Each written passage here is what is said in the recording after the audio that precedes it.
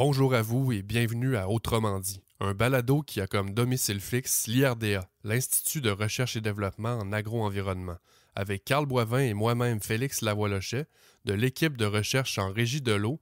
On discute de différents sujets ayant trait à la gestion de l'eau qui sont d'intérêt pour le secteur agricole du Québec.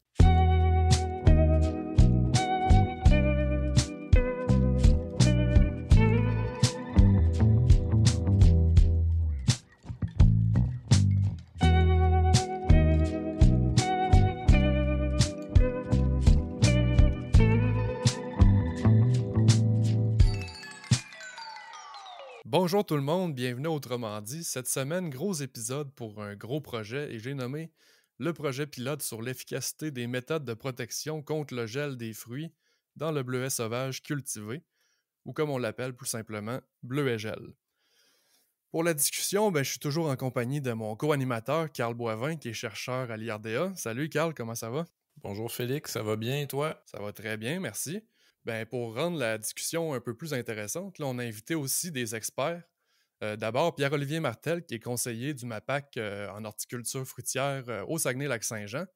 Fait qu'on reçoit aussi notre collègue à l'IRDA, la professionnelle de recherche, Léliane Anderson, qui a beaucoup travaillé sur le projet, entre autres sur la rédaction du rapport, qui est disponible, si je ne m'abuse, sur le site de l'IRDA. Donc, avis aux intéressés. D'ailleurs, Lélia, elle nous a même trouvé un slogan pour cet épisode qui va comme suit: parler de la protection contre le gel, un balado qui va nous réchauffer à coup sûr. Fait que, Carl, sans plus Ben moi, tarder... Ah, vas-y, qu'est-ce que ouais. t'allais dire? J'aurais envie d'ajouter Félix à condition de choisir la bonne méthode. Sans plus tarder, Carl, recevons notre premier invité. Salut Pierre-Olivier, comment ça va? Bonjour, oui, ça va bien. Super, super. Pierre-Olivier, je sais pas si t'as écouté un épisode du podcast depuis la dernière fois qu'on s'est parlé. Si c'est pas le cas, c'est pas grave, mais si oui, tu seras pas surpris de ma première question. Voudrais-tu te présenter pour nos auditeurs? Bonjour. En fait, mon nom c'est Pierre-Olivier Martel. Je suis agronome conseiller en horticulture fruitière pour le MAPAC au Saguenay-Lac-Saint-Jean. Je travaille dans le bleuet, c'est sûr, c'est une importante partie de ma tâche au niveau du MAPAC. Super, super. Pierre-Olivier, tu pourrais-tu nous faire une petite mise en contexte là, du bleuet sauvage cultivé au Saguenay-Lac-Saint-Jean, puis évidemment, plus particulièrement là, sur les enjeux en lien avec la protection contre le gel? Oui. Dans le fond, la production du bleuet sauvage au Saguenay-Lac-Saint-Jean, évidemment, c'est super important. C'est la principale production fruitière, puis une des principales productions agricoles ici. C'est une production qui comporte son lot de défis. Puis je vous dirais que le gel, il se classe pas loin du top de la liste quand on parle des défis de la production. Donc, le gel de fleurs, c'est une des causes principales des fluctuations de rendement à chaque année. C'est un défi important, surtout pour la mise en marché, parce que ça fait des années où on a des grosses quantités de bleuets à mettre en marché, des années où il y en a beaucoup moins. En 2021, une année de gel, on a eu 36 millions de livres. En 2023, une année sans gel l'an dernier, qui s'est somme toute assez bien passé, malgré quelques petits épisodes de sécheresse, on a eu 112 millions de livres. Si on parle du gel de fruits, celui qui vient, qui survient à la fin de l'été, au début de l'automne, lui, il affecte principalement la qualité des fruits. Donc, ça va jouer sur le prix de vente, parce que des fruits qui ont gelé, c'est des fruits qui se commercialisent à des grades inférieurs. Fait que ça va jouer sur le prix moyen de vente des bleuets. Puis dans la production de bleuets frais, évidemment, le gel de fruits, ça marque la fin de la saison. Fait que chaque jour de récolte supplémentaire qu'on peut aller chercher en protégeant les fruits, c'est super important pour ceux qui font de la mise en marché de fruits frais. C'est d'ailleurs pour ça que ce projet-là a eu lieu, là, principalement pour les gens qui font de la commercialisation de bleuets frais. Super, tu viens de nous le dire, c'est comme ça que ce projet-là a vu le jour. Mais Carl, parlant de ce projet-là, tu voudrais-tu nous le présenter un peu plus en détail? Bien sûr, Félix, c'est entre autres pour ça là, qu'on fait un podcast aujourd'hui. Donc, je ne veux pas répéter ce que Pierre-Olivier vient de mentionner, mais je commencerai en disant que la grande majorité des bleuets qui sont produits au Lac-Saint-Jean le sont pour le marché de la transformation. mais on en retrouve de plus en plus là, à l'état frais dans les chaînes. Quand on parle de marché frais, un enjeu important, c'est l'approvisionnement en fruits. Pas qu'il manque de bleuets au Saguenay-Lac-Saint-Jean, mais plutôt parce que les risques de gel sont très présents au moment où on récolte le bleuet. Puis un seul épisode de gel peut venir tout gâcher là, quand on parle du marché frais parce que ça va rendre beaucoup plus difficile là, l'approvisionnement aux chaînes.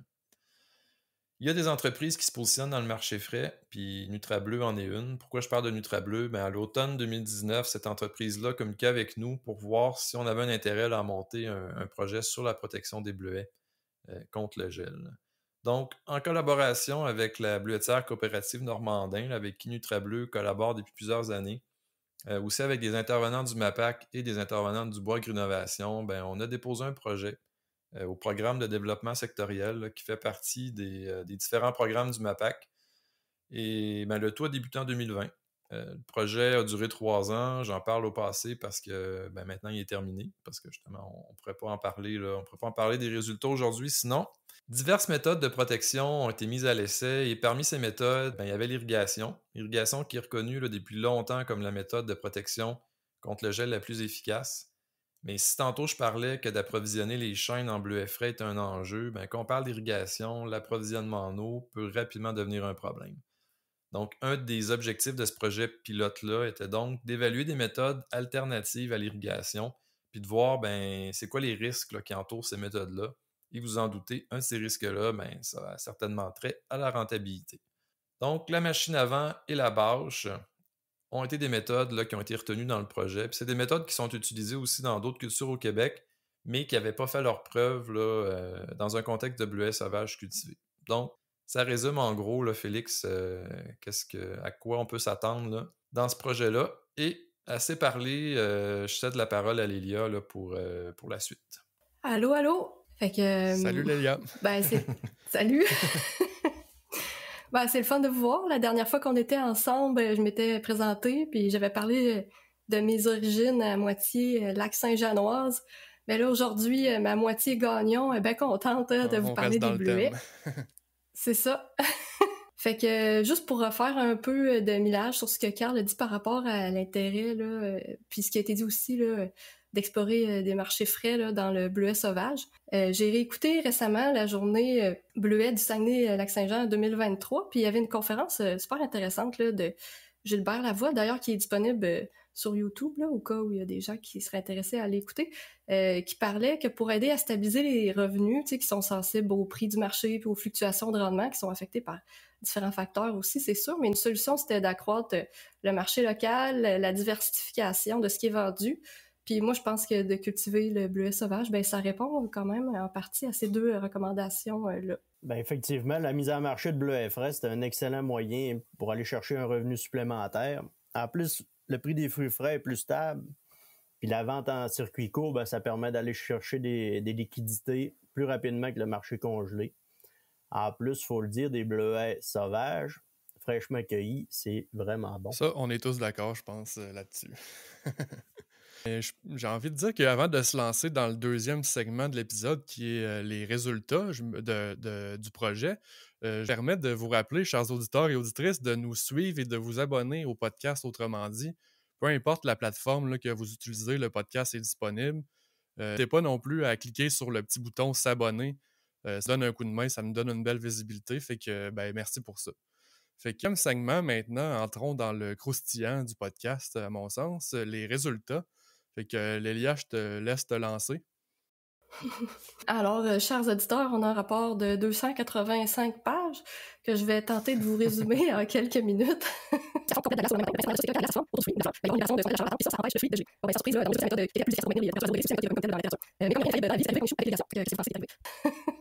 Mais surtout, je vais vous parler des faits saillants, puis des résultats, puis je vais les lier un peu aux principes physiques là, des mécanismes de gel pour comprendre bien là, comment tout ça s'est passé. Je commence par vous parler de l'irrigation. Le principe, c'est qu'on irrigue sur toute la durée du gel jusqu'à fonte complète de la glace au lendemain matin. Le principe en arrière de ça, c'est que quand la glace elle se forme autour du fruit ou de la fleur, il va y avoir une libération de ce qu'on appelle la chaleur latente, puis ça empêche le fruit de geler.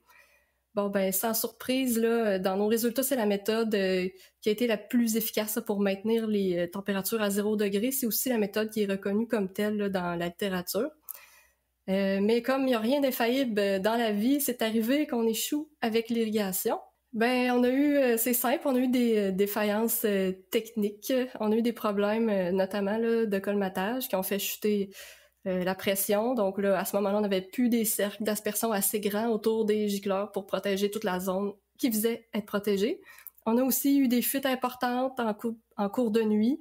Même principe, là, on a eu des connexions des tuyaux qui se sont déconnectés parfois. On a aussi eu des gicleurs bouchés, donc par des détritus. Donc ça fait qu'il y a certains gicleurs qui vont plus vraiment fonctionner. Fait qu'il va y avoir des endroits, on pourrait dire plus aléatoires, qui ne seront pas protégés. Donc, mais ça, c'est des choses qui arrivent quand même, là. C'est important de faire la surveillance quand on utilise une méthode comme celle-là. Mais là, en même temps, l'ELIA, c'est vous autres les meilleurs, là, fait que vous étiez pas supposés savoir c'était quoi ces risques-là avant le projet. Bon, vous comprendrez que c'est pas l'ELIA qui est en train de parler, mais tous ces risques-là, pas ces risques-là, mais ces problèmes-là, Félix, on les a déjà rencontrés là, dans différents projets qu'on a fait parce que, bon, on travaille beaucoup dans des projets normalement contre le stress hydrique. Là, c'est un peu plus nouveau là, contre le gel, mais il reste que l'ELIA en a parlé, la surveillance, c'est vraiment important. Quand on fait justement des projets, c'est plus facile à surveiller le jour que la nuit, surtout dans des projets de recherche. Donc, c'est vraiment un contexte de surveillance ici qui était problématique. Mais aussi le fait qu'il ne faut pas oublier que si on vise à protéger contre le gel des bleuetières, surtout du bleuet sauvage nain, ben les superficies sont immenses. Fait que ça, je pense que Pierre-Olivier, tu peux en parler. Là. Ben, effectivement, avec plus de 15 000 hectares en production, seulement au Saguenay-Lac-Saint-Jean, c'est à peu près impossible de penser de tout irriguer. La demande en eau, ça serait astronomique. C'est sans compter là, de la main-d'œuvre qui serait nécessaire pour s'occuper de tout ça. Par contre, à l'avenir, on peut penser que des producteurs pourraient s'installer sur des parcelles de dimensions plus raisonnables. Ils réserveraient les sections de champs les plus productifs où l'eau est facilement accessible. En fait, on pourrait y protéger les fleurs, les fruits contre le gel, puis contre le stress hydrique. C'est quelque chose qui serait pensable pour l'avenir. À l'heure actuelle, l'irrigation là, dans le bleuet sauvage au Québec, c'est pas encore très étendu. On compte quelques fermes là, qui vont irriguer quelques hectares. Il y a d'autres gros projets qui s'en viennent, par contre, mais lentement mais sûrement, l'idée fait son chemin. La taille des entreprises de bleuets sauvages, là, c'est extrêmement variable. On a du très petit puis du très gros. Pour vous donner une idée, là, 43% des entreprises ont moins de 20 hectares. Et puis, on a aussi des entreprises de plus de 200 hectares. Celles-là vont compter pour 70% de nos superficies. Fait que tantôt, Pierre-Olivier, tu disais qu'il y avait 15 000 hectares en production, mais pour ceux qui sont moins familiers avec le bleuet, ça veut dire aussi qu'il y a à peu près 15 000 hectares en année de végétation, si on veut. Fait qu'en tout, on aurait à peu près 30 000 hectares de bleuet. Là. Oui, au Saguenay-Lac-Saint-Jean, on parle de 30 000 hectares. À la grandeur du Québec, autour de 38 000. Bon, ben c'est ça. Fait que le faire en contexte de production, là, ça permettait de mieux identifier les risques, là, dont ceux que j'ai parlé par rapport à l'irrigation. Puis cette approche-là, ben on le fait avec toutes les méthodes qu'on a testées. Puis je vais vous en parler au fur et à mesure. Puis par rapport à l'irrigation, ben cette méthode-là, elle a aussi une limite qui n'est pas arrivée pour nous, mais si on avait un gel convectif, là, ça c'est un gel avec des vents très forts, tellement fort qu'il n'y a plus de formation de glace qui se produit autour des fruits, ben là, on échouerait avec cette protection-là. Dans ce cas-là, ben la solution pour s'en sortir, ça serait d'augmenter le débit. Donc, si c'est pas possible de moduler le débit, ben avant tout ça, il faut avoir un bon design qui permet d'amener un taux suffisant, un taux en millimètres heure, dans la majorité des scénarios qu'on risque de rencontrer là, comme conditions météo.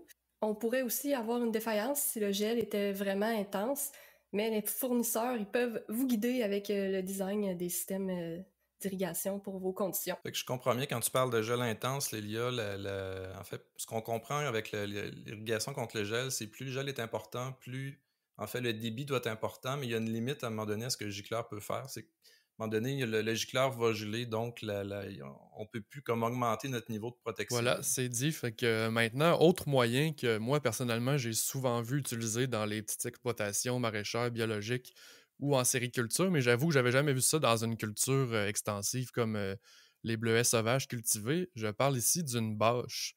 Lélia, voulais-tu continuer par rapport à cette technique-là? Ben oui, Félix, on a brillé nos bleuets avec ça, puis on leur a dit bonne nuit. Le principe physique, c'est que ça agit comme un isolant. Ça intercepte la radiation qui est émise par le sol, donc ça réduit la perte de chaleur. Le degré de protection va dépendre de l'énergie qui va avoir été emmagasinée par le sol avant l'événement de gel. Un facteur qui va jouer là, sur l'efficacité, ça va être l'épaisseur de la bâche. C'est un peu comme un manteau d'hiver. Plus il est épais, plus on va conserver notre chaleur. On doit l'installer d'avance, ça permet d'accumuler plus de chaleur. Et lorsqu'il vente, nous, on a vu que c'était moins efficace là, avec des vents qui étaient supérieurs à 5 à 6 km/h. Ces vents-là, en fait, c'est qu'ils viennent s'engouffrer là, en dessous de la bâche puis créer des pertes de chaleur. Dans les résultats, la bâche, on en a testé 2 épaisseurs. Fait que c'était une bâche de polypropylène non tissée. Fait que, on a testé une 20 grammes par mètre carré, ça n'a pas eu d'effet. 40 grammes par mètre carré, ça a permis un gain vérifié statistiquement de 1,1 degrés Celsius, fait que c'est pas très élevé. On a eu des problèmes techniques aussi avec la bâche, fait que malgré son faible gain, elle a aussi d'autres problèmes.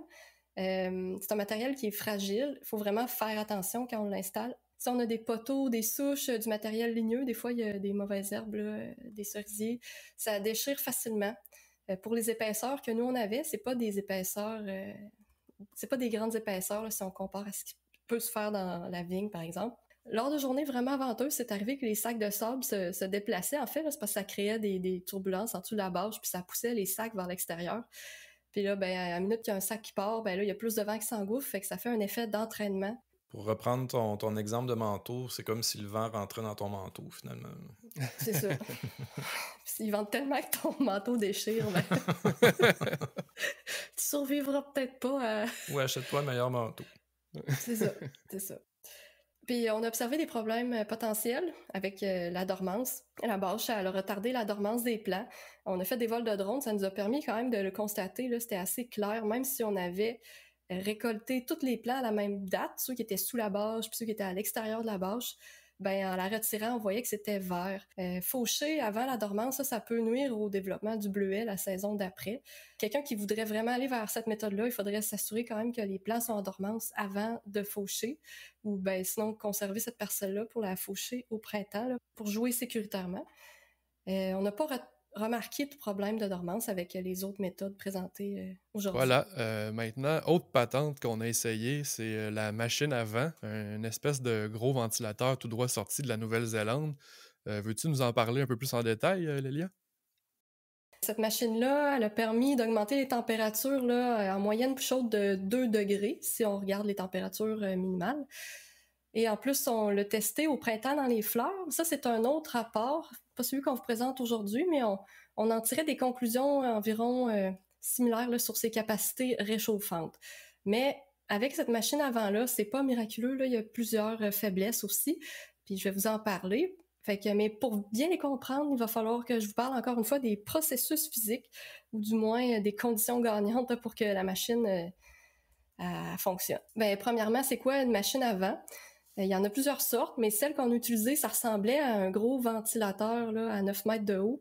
C'est une machine qui était mobile, donc adaptée au bleuet sauvage, qui est en année de production 1 année sur 2, donc déplaçable dans une parcelle en année de rendement.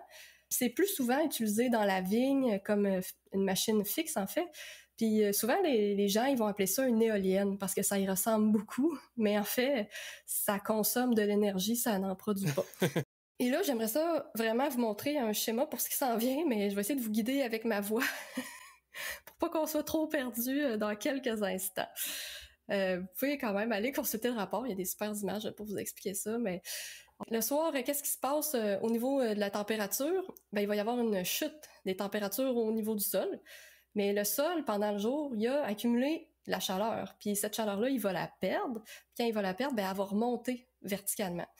Fait que quand on va être à quelques mètres du sol, s'il ne vente pas beaucoup, il va faire un peu plus chaud qu'au niveau du sol. Au niveau des fruits, en fait, je dis le niveau du sol, mais on s'intéresse vraiment au gel au niveau de la hauteur des fruits ou des fleurs, là, si on regardait ça pour le printemps. Mais moi, je vous parle des résultats qu'on a eu dans les fruits. Parce que la masse d'air chaud, elle va avoir remonté. C'est le même principe dans la maison, il fait toujours plus chaud au 2e étage. En météorologie, on va appeler ça une inversion de température. Je sais pas dans la maison comment on appelle ça. Faudrait demander à un ingénieur en bâtiment. Donc, le mode d'action de la machine, c'est qu'on souffle cette masse d'air chaud-là qui a remonté verticalement, qui est à 10 mètres du sol, vers la culture. On la repousse vers le sol. Fait que, première faille, s'il vente, ben ça va mélanger les couches d'air chaud et d'air froid. Les températures vont être uniformes partout, fait que ça va rien servir de pousser cette masse d'air-là vers la culture parce que ça va déjà être uniforme. Puis si c'est de l'air qui est vraiment froid, ben là, on va accélérer le refroidissement là, de notre culture, fait que c'est pas l'effet désiré. OK, fait que si je comprends bien, l'IA, s'ils vendent trop, cette machine-là, elle fonctionne plus. S'ils vendent trop, elle fonctionne plus, mais c'est variable, ça va être graduel là, en fonction de la vitesse du vent. Mais nous, ce qu'on a vu, c'est qu'à partir des vents de 4 km/h, ce qui n'est pas très élevé, on va avoir une inversion de température qui était beaucoup moins importante. Dans le cadre, là, c'est sûr, du projet pilote, avec les données qu'on a récoltées sur 3 ans. Une autre problématique qu'on a vue avec le vent, même s'il est faible, c'est que la portée de la protection elle va être différente selon la direction du vent. Fait que, pour faire ça simple, si la machine elle pousse l'air dans le sens opposé au vent, mais elle va se battre contre le vent. Fait que ça peut réduire la portée de la protection. Aussi, ben, les écoulements d'air froid sur un terrain, c'est complexe, puis c'est influencé par beaucoup de facteurs, topographie, conditions météo, obstacles. Ça va changer à chaque événement de gel, en fait. Ça, c'est important à comprendre parce que ça a eu une conséquence qui est assez importante par rapport à la machine dans un contexte de protection pour les fruits.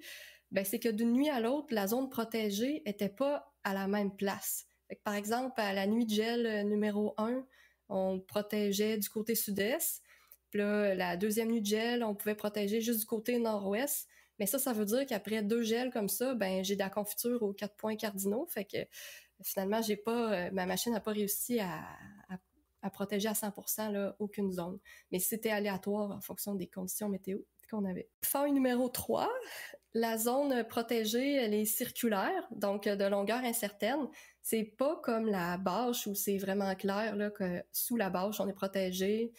À l'extérieur, on n'est pas protégé. Mais là, la machine, la ligne est pas visible. Puis ça peut devenir compliqué pour le cueilleur de savoir jusqu'où il peut aller récolter des fruits, où est-ce qu'il va trouver de la confiture ou des belles baies. Puis c'est une zone qui est circulaire. Dans le rapport, on a fait des cartes thermiques où on a distribué des sondes là, en quadrillé là, à différentes distances autour de la machine. Nous, ça nous permet de faire un suivi là, des températures lors des événements de gel. Vous pouvez voir ça un peu comme des bougies qu'on distribuerait sur un gâteau de fête. Fait qu'on y voit vraiment bien les zones chaudes puis froides qui, d'un événement de gel à l'autre, sont pas les mêmes là, par rapport à où on se trouve autour de la machine. Ben là, Lélia, tu parles de confiture, de gâteau de fête. On dirait que tu commences à avoir faim, ça se peut-tu? Justement rendu pour vous parler de quelque chose d'un peu moins appétissant, et c'est des bleuets mous. Donc, si je vous parle de la fermeté des fruits, on l'a mesuré. La machine, elle a échoué à maintenir la fermeté du bleuet à cause de cette variabilité-là que je viens de vous expliquer. Même s'il faisait en moyenne plus chaud sur le site près de la machine, chaque bleuet a gelé intensément au moins une fois, même si c'était pas la même nuit, puis ça a mené à un échec de la préservation de la qualité dite vendable pour le marché frais. Faille 4. La machine, lorsqu'elle est sur le pilote automatique, elle se déclenche toute seule. Ça, c'est peut-être un petit côté givré au sens le fun qu'on aimerait bien avoir, mais aussi, ça peut virer au sens vraiment givré, puis je m'explique.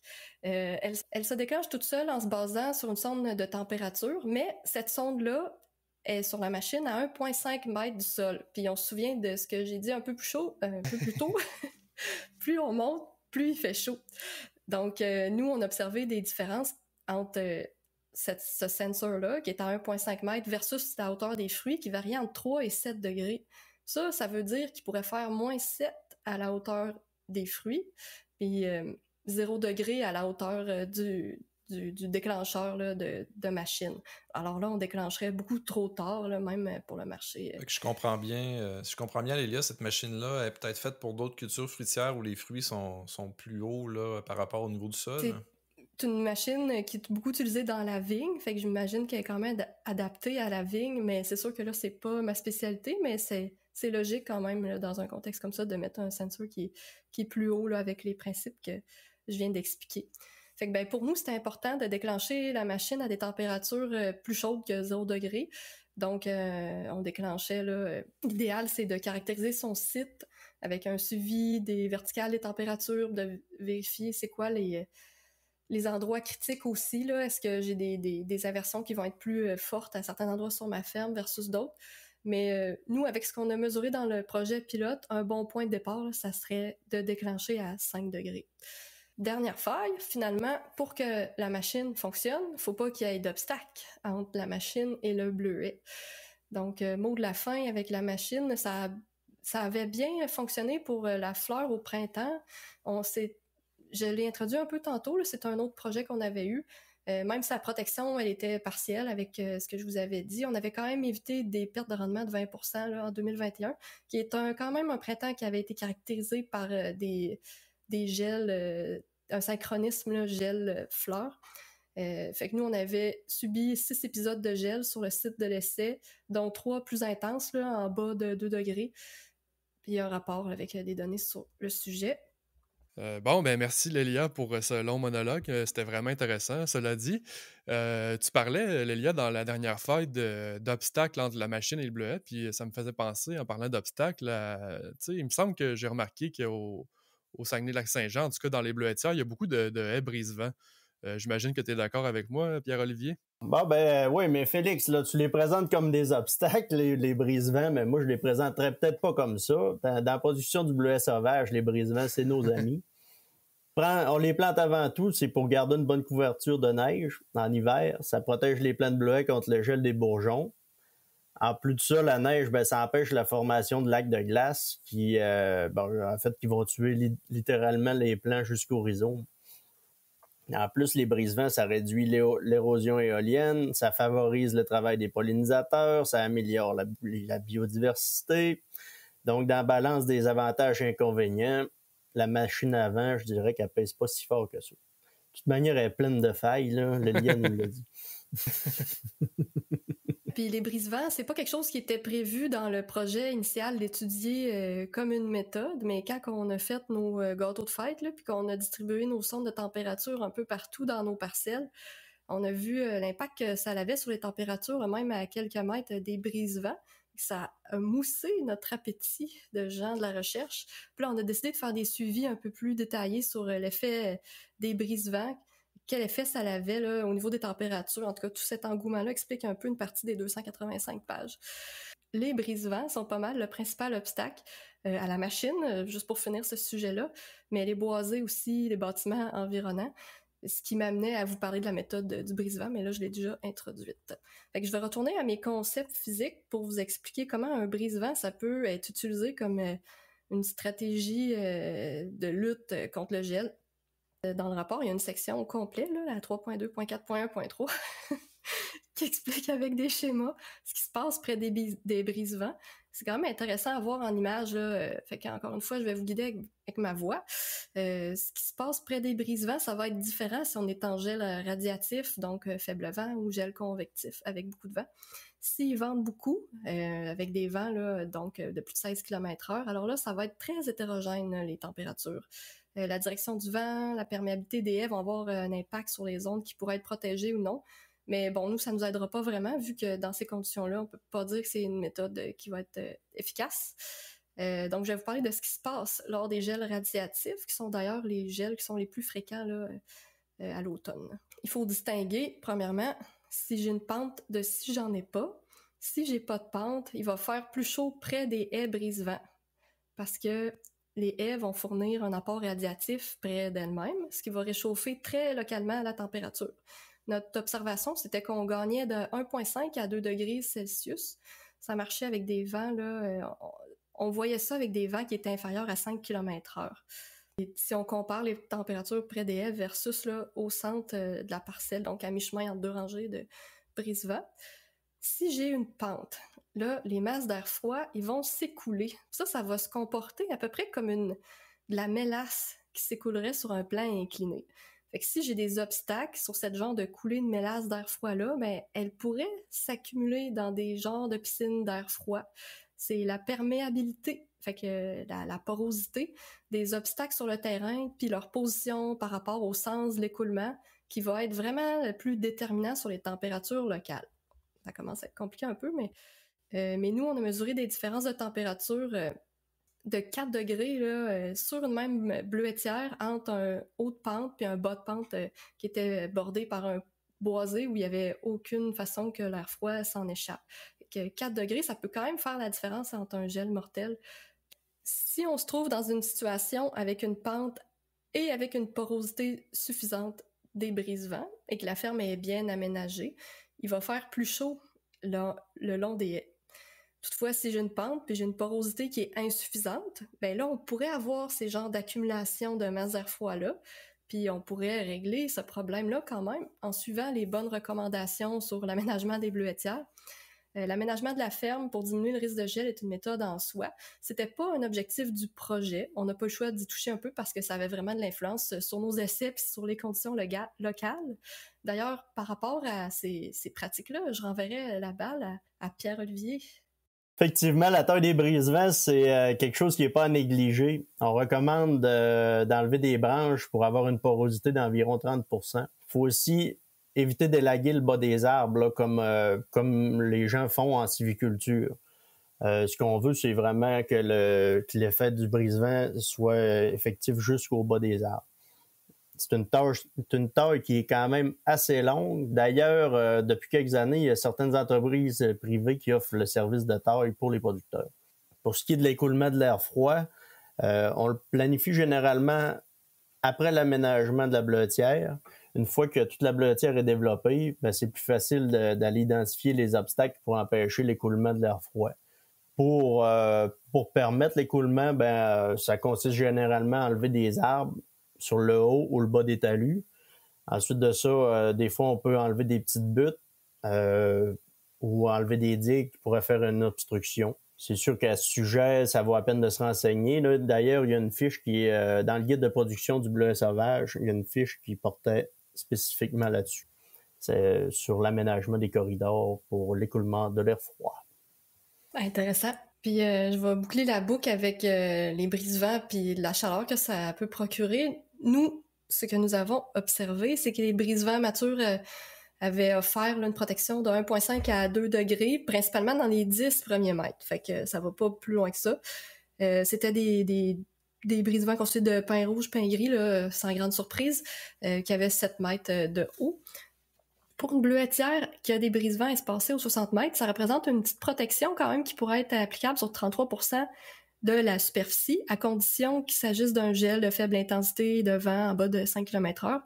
Fait que une stratégie de récolte qui serait basée, mettons, sur la distance au brise-vent pourrait être de récolter des zones qui sont plus loin que 10 mètres en premier si on sait qu'on a un gel meurtrier là, qui s'en vient dans les prochains jours parce que peut-être les 10 premiers mètres, les bleuets vont pouvoir mieux se conserver.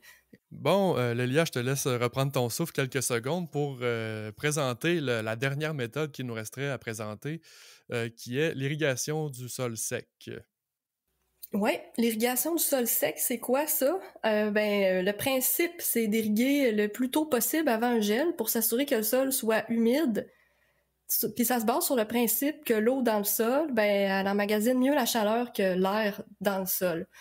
Fait que nous, ce qu'on a observé, un effet réchauffant significatif de 0,5 degrés sur les températures minimales, c'est vraiment pas suffisant. C'est une efficacité qui est vraiment insuffisante pour être envisagée comme méthode de protection. Fait qu'on réchauffera pas trop les esprits avec ça. Un petit mot de la fin sur les résultats. J'ai parlé un peu de la fermeté des fruits tantôt pour la machine avant, mais on l'a mesuré la fermeté là, avec toutes les méthodes que je vous ai présentées.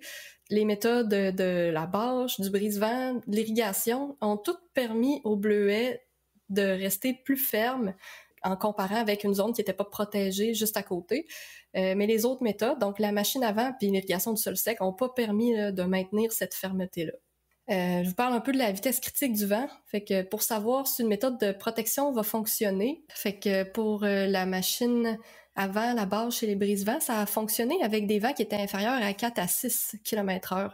Cette vitesse-là est bien inférieure au seuil de vent là, qu'on retrouve dans le guide du bleuet sauvage là, qui a été mentionné par Pierre-Olivier un peu plus tôt, dans la section protection contre le gel. Des seuils de vent critiques pour la performance des méthodes devraient être revus à la baisse dans les recommandations pour le bleuet sauvage. Aussi, le gel, ça va vraiment dépendre du site. Il y a un avantage à bien étudier votre site, à trouver les endroits là, les plus vulnérables et les améliorer. On a parlé des zones d'accumulation d'air froid tantôt. Pour le gel, on devrait avoir différentes zones de gestion d'ailleurs. D'ailleurs, connaître les zones sensibles pour les récolter plus tôt est en soi une stratégie de lutte contre les dommages qui sont dus au gel. Et ça, c'est important pour le marché frais, mais aussi pour les autres types de marchés parce que, on le rappelle, les effets du gel sur les fruits, ça cause un ramollissement, une déshydratation du bleuet. Les fruits trop mous vont être difficiles à récolter. Ça va aussi accélérer l'abscission, fait que le fait que les fruits vont tomber. Donc, ça va mener à moins de fruits récoltés en proportion de ce que les plants ont produit. Super, Lélia, merci. Ça fait le tour des résultats. Maintenant, moi, je commence personnellement à avoir une bonne idée. Je suis persuadé que nos auditeurs aussi, mais j'ai envie de vous demander, Pierre-Olivier et Carl, parce que vous en avez vu d'autres là, dans les bleuets puis dans l'irrigation. Si vous étiez producteur, est-ce que vous iriez... en fait, vers quelle méthode vous iriez pour protéger les fruits contre le gel? Puis sinon, est-ce que vous avez des mises en garde là, suite à ce que Lélia vient de nous expliquer? Moi qui est un peu gratteux, je préconise les méthodes de lutte qui coûtent pas cher. Fait que j'aurais envie de dire que je préconiserais l'aménagement des sorties d'air froid puis les brise-vents. Puis ça, on peut le planifier dès l'aménagement. Et ensuite de ça, pour protéger les fleurs puis les fruits contre le gel, je trouve que l'irrigation, en fait, c'est une méthode qui a fait ses preuves. Mais comme je l'ai dit tantôt, je pense que c'est bon d'y aller par étapes. En général, on déconseille aux gens d'aller vers des projets de trop grande envergure. Il faut apprivoiser l'irrigation sur des petites surfaces, augmenter graduellement les superficies couvertes.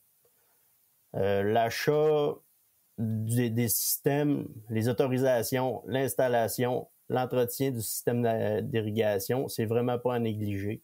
Par contre, une fois que c'est fait puis c'est maîtrisé, l'irrigation, ça peut devenir une police d'assurance qui est vraiment intéressante pour faire face au gel, en plus de son utilité pour les périodes de sécheresse.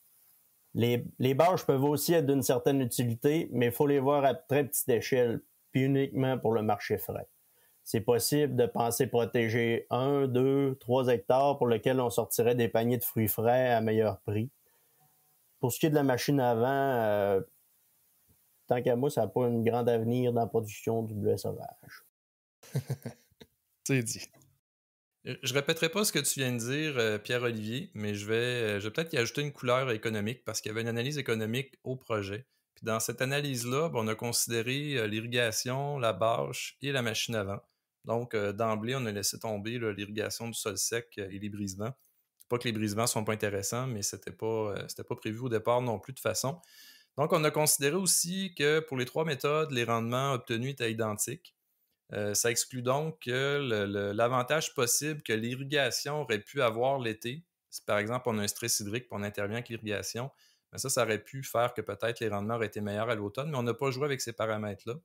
Donc, c'était vraiment, on partait égal avec les trois méthodes.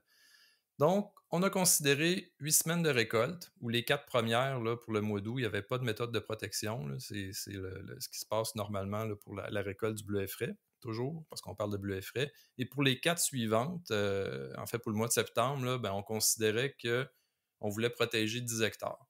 Donc, à chaque semaine, on se trouvait à récolter 2,5 hectares pour diminuer, là, pour se rendre finalement jusqu'à 0 à la semaine 4. Donc, on suppose que, dans l'analyse économique, on a supposé que chacune des méthodes était efficace durant 1 semaine, 2 semaines, 3 semaines et 4 semaines. J'aurais envie d'ajouter Marleau là, pour ceux qui ont été exposés aux premiers épisodes de Passe-Partout.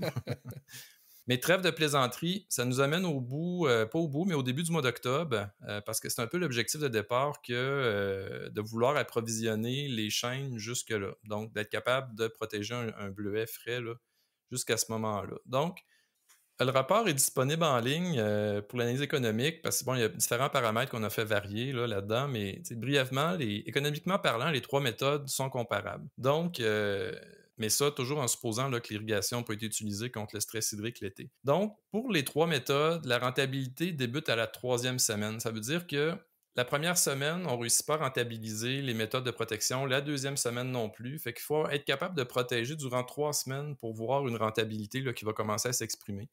Donc, c'est difficile de recommander finalement la bâche ou la machine avant parce qu'on ne sera pas capable dans certains contextes, dans certaines conditions, oui, on va être capable de se rendre à la semaine 3, peut-être même la semaine 4, mais pas de la même façon que l'irrigation peut le permettre.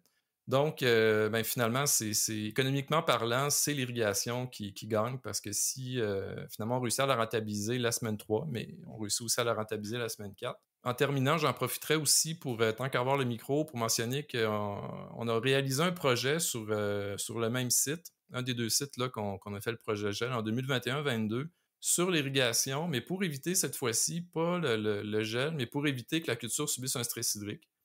Donc, les résultats obtenus ont été très intéressants et je garde les résultats là, pour un prochain podcast, là, je vous dirais, à suivre. Donc, c'est si je résume en 2 mots, si j'avais ou peut-être en plus que 2 mots, mais si j'avais à recommander une méthode de protection contre le gel dans un contexte merci beaucoup à l'équipe de l'IRDA pour ce beau projet qui va avoir fait avancer notre production, fait avancer la science. Merci pour votre dévouement, pour votre grande compétence.